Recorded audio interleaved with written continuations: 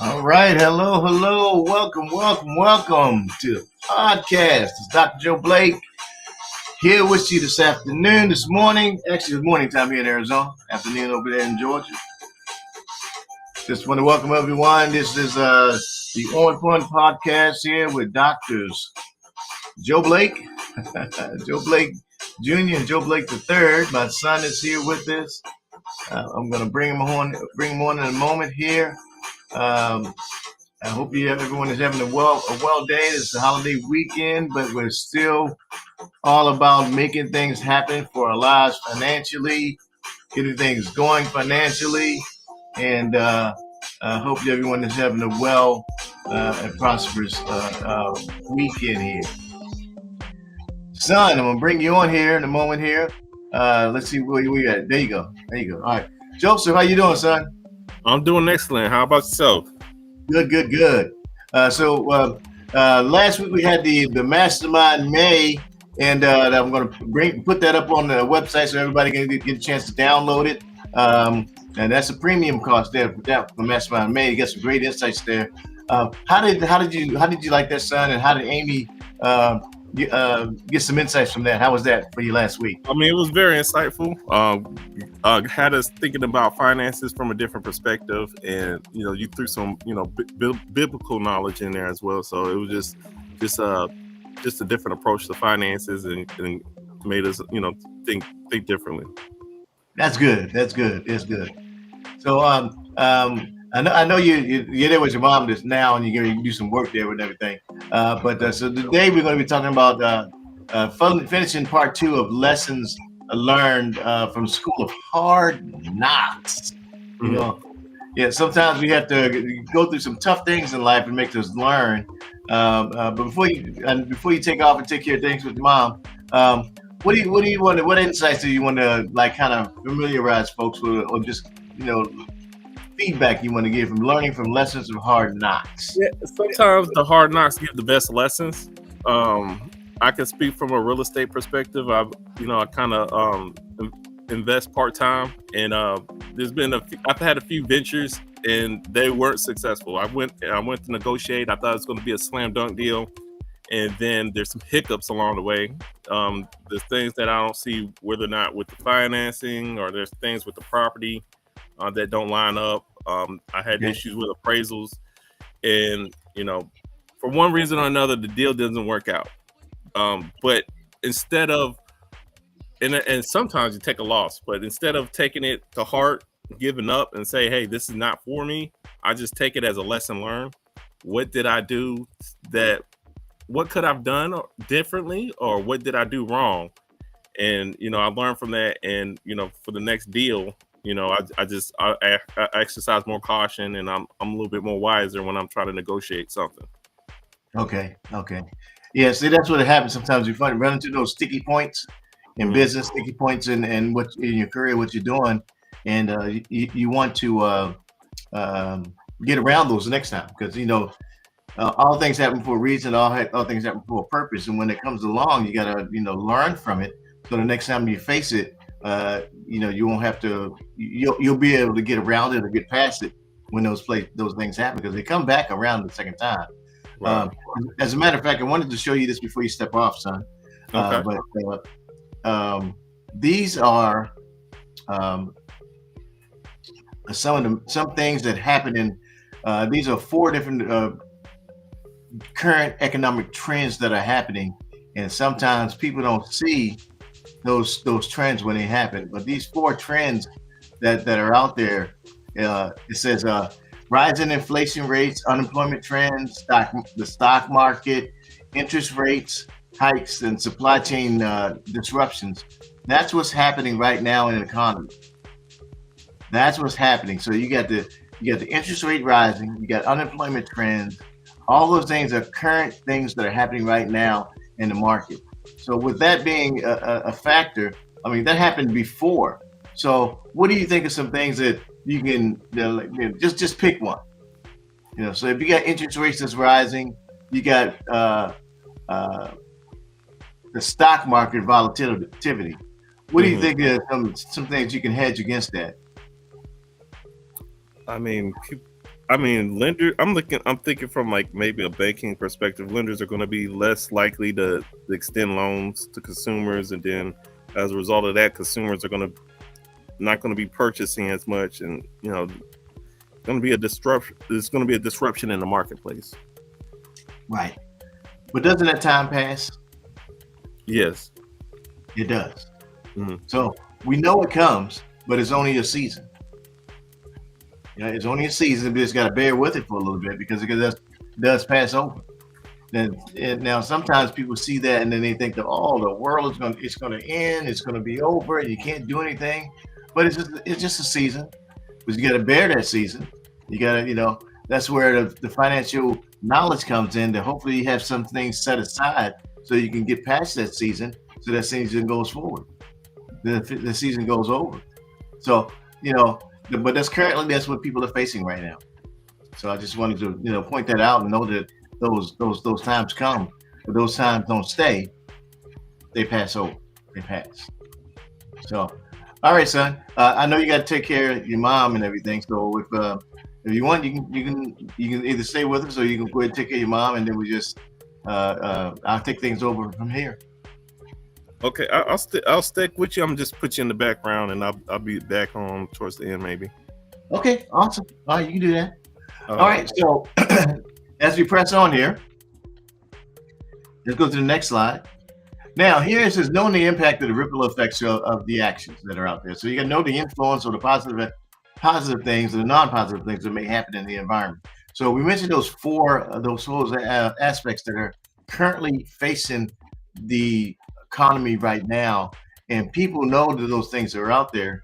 And every day we hear things that are happening, in the news about what's happening about the economy, and each month things influence action influence, but they're positive things that you can look at. You can look at what the negative action may be, but the positive actions you have to address, well, look for those as well. So in Proverbs 24:25-19 says, confidence in an unfaithful man is like running on a broken tooth, or a foot is out of joint. So that's sometimes what it feels like when you listen to things that are coming out. It's like you running on, an unfaithful person is like a broken tooth. You ever chewing or something and then you got a broken tooth? It hurts. It's painful. And you running on a foot that's out of joint. It hurts. It's painful. So, like times are now, it feels that way. It really does. It feels that way, and it's like you don't want to do that. So, but there's ways that, and it's that way, but you got to deal with it a little bit. So, as much as our human nature like to trust or perform all our assigned duties, but when you feel that way, you gotta bear with it.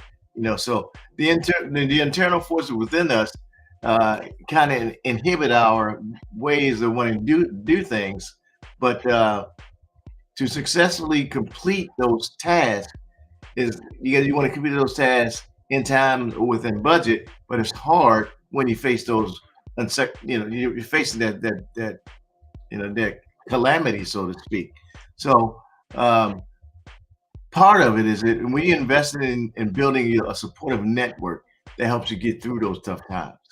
So if you have a collaborative foundation where you're building trust and you have an effective team, it helps you share that accountability. So if you have that broken tooth or you have that busted foot, you have someone that you can lean on to assist you in those times when it's tough. So you can grow through mentorship. You have someone that mentors you to help you foster your development and perspective and help you benefit. You have a mentor or mentee that helps. Your support strategy, support strength. You have an approach where you can enrich your network and allow others to effectively help change in your environment. That helps you as well. So your mentors in life are important because they show you how to develop things in a wise and effective way. Um, Last year, there was a mentor I met with, and I hadn't seen my mentor in like 30 years. And I think about all the things. His name was Mr. Simmons. And when I joined the fire department, this was I was 18, and Mr. Simmons took me under his wing. He was a civilian firefighter. He was civilian, and I was military. Military and civilians work together. But I met Mr. Simmons, and Mr. Simmons, he graduated from the same high school I did, like 30 years earlier. I had a high school in Baltimore that was over 100 years old. But because we graduated from the same high school, it was like that camaraderie that we had with one another. He took me under his wing, and I was at Andrews for 3 years, but he made sure I knew all about firefighting principles. Made sure I got all my licenses on the truck, all the trucks that I need to get. And he just took, and whenever I needed something, he made sure I knew. I left Andrews after that 3 year tour, but he was always in my mind.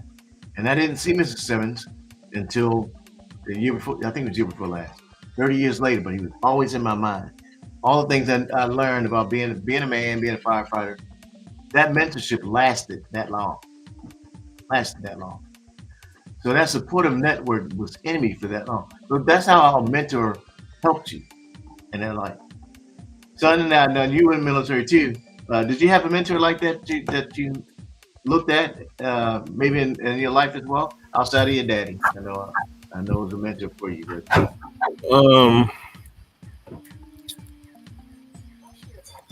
I did. I just think they've changed over time. It's like depending on like what phase I was going through at the time. But you talk about the military. For me, that's like 12, 10 years ago, right at the moment. So I can't think of something off the top of my head. okay. I know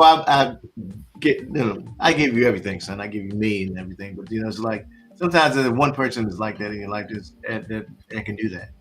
But that's good because the military has a lifespan of its own. Hmm. All right.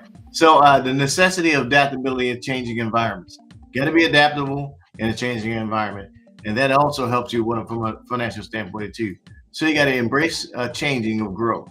So adaptability enables you to respond effectively in every circumstance and fostering innovation and resilience. It helps you enhance your personal development in different dynamic environments. Can you think of a situation where the environment you had to embrace change and growth in a dynamic environment, son? Um, all right, I'll speak back on. I worked at Waffle House, which as a manager, and that was Okay. totally different for me. Totally different. Um, Required a different skill set. You're working with a you know diverse group of people, and I had to learn how to cook. So I wasn't the best cook at first. I'm still probably not the best cook, but I can hold it down in the kitchen a little bit. So I just had to learn. And working at Waffle House, they have a different lingo, so you got to understand like how they call out the orders. I was a short order cook a little bit, so I had to cook, I had to manage. It was a lot of different hats I had to wear. At times I had to wait tables. So, and that's a fast paced environment. So that's just an example of me having to adapt to that environment when I was there. Okay. All right. Can you cook a little bit now? I'm sorry. Oh yeah, I can cook a little bit. I can cook a little bit. You got kids, right? They be saying, "Daddy, I'm hungry." You got to cook now, right? Yeah. All right. And I'm quite sure in your military experience, you had some dynamic environments as well. All right. Right. Yeah. And so when you thrive through that change, you thrive through those environments that cause you to make some adjustments as you go along. You know, I don't. I'm not going to go deep into the military thing, but sometimes there's some environments that you were in. Those environments said, "Okay, Joe Blake, you got to adjust right here because this is kind of tight." Mhm. You say, okay, these folks right here are not very happy at this in this gate situation. So, but you have to make sure you adjust because this is life or death type things. So those you had to be proactive in that situation because it's a dynamic environment. It's dynamic. Fire scenes, I can tell you, those were dynamic. You pull up on the scene, and I know I used to see things. See this vehicle over here, that vehicle over there, and I see this fire over here, and it's like, okay, Mm. it's time to go for it.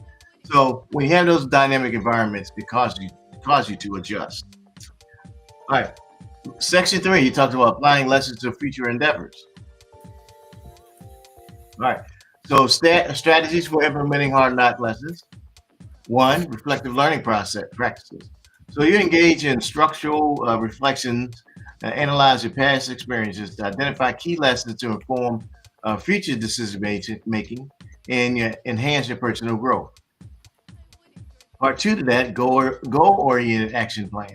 You got to develop specific action plans that affect outlined, measured objectives, which enables you to systematically tackle challenges and track progress towards your personal and professional development. So when you have strategies, and you get this from hard lessons, hard knocks. When you reflect on your practices and you have goal-oriented action plans, how does that help? So reflecting on your learning practices. So when you look back, say like you look back at your college career, son, Hmm. looking back at that, what did you learn from looking back on when you went through school? School gives you some structure. It gives you like you have a destination. You're trying to get to that graduation date. So you got a curriculum you got to follow. You might have a, an academic plan. So you know what Mhm. courses you need to take and how many credits that you need to graduate. And it's just important to map out, you know, where you're trying to go and the steps that you need to get there. So that's probably one of the more important things that I learned from college. Okay. Now, how can you use that as a goal for an action plan in the future? I mean, you can apply to whatever discipline or goals that you're trying to accomplish. Where you got to identify where you are at today, where you would like to go, and then what steps you need to take to get there. Okay. So once you identify those things, then it makes it easier to navigate that. Right. Okay, good. Because see, you look back at your past, and sometimes folks don't want to look back at the past, but what you look for is how you achieved the process, you achieved the goal, you look at what you went through to get to that point, and then because you look back, you'll see some of the challenges that you faced, some of the things, the hurdles that you overcome, and then how you achieve that goal that you face. I look back at like one of my doctoral achievement. I look at the things that I went through when I was there, because when I went through my doctoral study, I mean, I got gravely ill. I had cancer. Um, I had to go through that. I faced that battle with cancer. I had cancer. Then I lost my mama in the middle of me having my cancer battle. I had to bury my mom. In the middle of doing my research, collecting my data, my mama passed away. So I had to stop doing my research, had to go bury my mama, come back and finish my research, and complete my writing, my research, and then to actually do write my dissertation. So you have to maintain your mental focus when you're doing things, and then complete your goal. And then when you have all those things in your mind going on, you gotta shut off the emotional aspect of things to actually complete it. Now that was just my doctoral study. I didn't. Growing up was a whole different aspect of it. But those hard lessons that you learn going through life like that, you get that fortitude. And then financially, my gosh, we just mentioned about the four things that are happening right now in the economy. And if you listen to the things that's happening now, they talk about this bill that the president passed. That's going to cause a whole other great deal for families that are out there. And it's just it can be depressing if you let it get to you, but knowing that it's just a temporary thing, it's gonna be tight for a little while.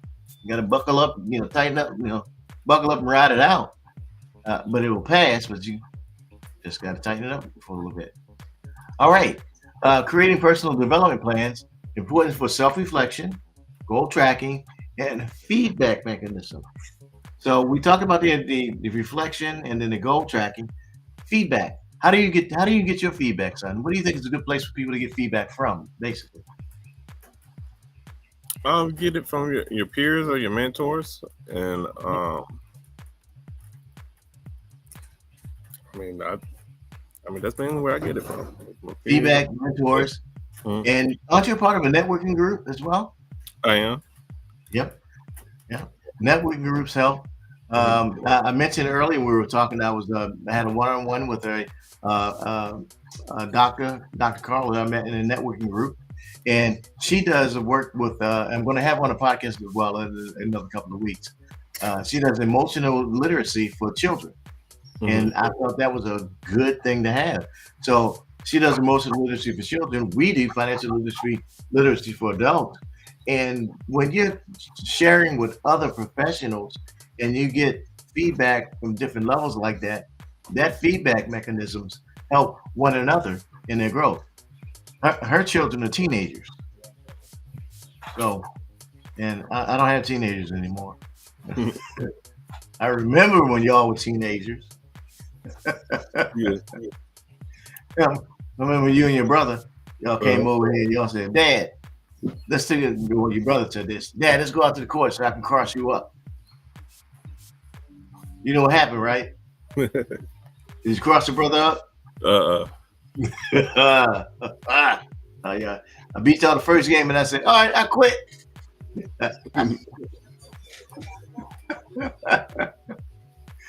So,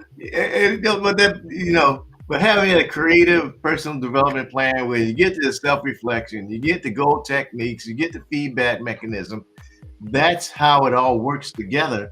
And you can have that with your own financial plan as well.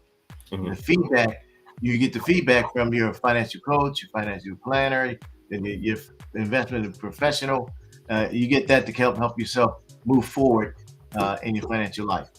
All right, we kind of speed this up a little bit. All right. So growth, cultivate a growth mindset for lifelong learning. Embrace challenges. Continuous feedback loop. Diverse learning experience. So what's that lifelong learning that you're doing, son? Um, Currently pursuing my doctorate on business management. What is wrong with you, man? Why are you still learning so much? Never stop learning. Never stop learning. That's it. Never stop learning. And not to say that everyone has to go get a PhD, but always learn. You get a book, you get a tape, you attend a seminar. It's always growth because you either green and growing or you're ripe and dying. You know, one or the other. Green and growing or ripe and dying. Green, just you just continue growing, getting better, getting better. Always, always. You don't just sit down because if you stop learning, your mind stops, your body stops, and it's you got to keep exercising, keep going to the gym. I'm like going to the gym, check this muscle out. Boom! Still Mhm. there, buddy. It's still there. You know, you got to go to the gym. I'm gonna get rid of this tire right here. This tire is kind of like time to get rid of that though. All right. Oh, okay. Well, that's a lesson. All right. So that was the end of the lesson right there. Talked about the make sure you keep growing. Uh, here's the feedback I got from King James Bible. Now this is a survey. I'm not sure if you to link it there, but this survey I want everyone to go to get a chance to go complete right there. and the survey will give us more. It's a financial survey, and the survey helps you. It's something I want everyone to complete. I already put it on Facebook, so if you go to Facebook, you'll see the link there. And the survey is something I'll finish it all out so everyone. But I did this for my originally for my doctoral study, and it's a financial survey. So just do it. It's gonna be fun. Everybody's gonna learn. So I'll explain it more as we get more folks to actually take the survey. So if you go to Accidental Financial Literacy on Facebook.com, you'll see the link there and get a chance to take it. All right. Any final thoughts you want to say, sir, son, before I finish it there? No, I think you pretty much covered everything. You learn from adversity, so we gotta learn how to roll with the punches, I like to say. Yeah, learn from adversity. So I want to show that final picture. That's the family there, graduation. I mean, my baby got married, so I wanted to share that. All right, I'm gonna put you in the background again, son. We're gonna finish things up here, okay? So hang tight.